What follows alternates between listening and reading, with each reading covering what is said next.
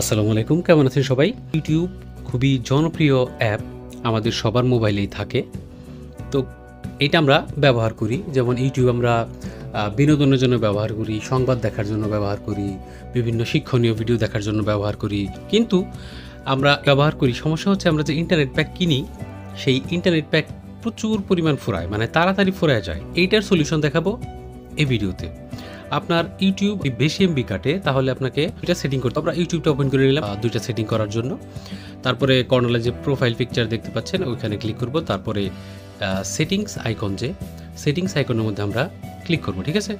তারপরে এখানে 4 নম্বর যে অপশনটা ডাটা সেভিং, আমরা এই অপশনটা আপনাদের অফ থাকবে। আপনি যে প্রথম অপশনটা এটা অন করে দেবেন, ঠিক আছে। তাহলে সব অপশন অন হয়ে যাবে। এটা কি করলো, আপনার স্মার্ট কোয়ালিটি ভিডিও অন করে দিল। আপনি যখন ভিডিও ডাউনলোড করবেন না দেখবেন, তাহলে ওইখানে কম এমবিতে আপনি ভিডিও দেখতে পারবেন, ঠিক আছে। এখন আমরা এই সেটিং থেকে একটা করলাম, আর জেনারেলে ক্লিক করব 2 নাম্বার।